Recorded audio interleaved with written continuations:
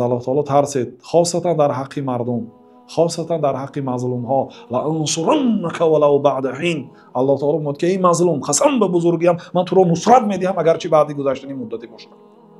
الله تعالی قسم یاد کرده است که مظلوم را یاری میدهد، مظلوم اگرچه کافر باشد. الله تعالی ظالم را بد میبیند. قسم یاد کرده است که لانصرنک، قسم به بزرگی من تو را یاری میدهم ای مظلوم، ولو بعد حین، اگرچه بعد مدتی باشد.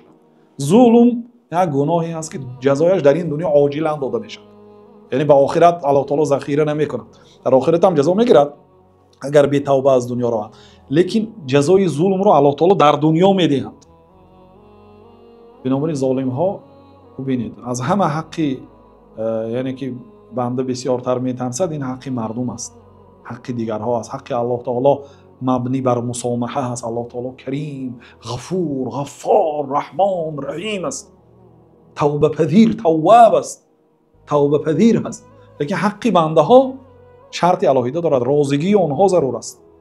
بنابراین در حق بندگان الله تعالی حتی حیوان ها هم شریعت برای ما حرام کرد ظلم کنیم.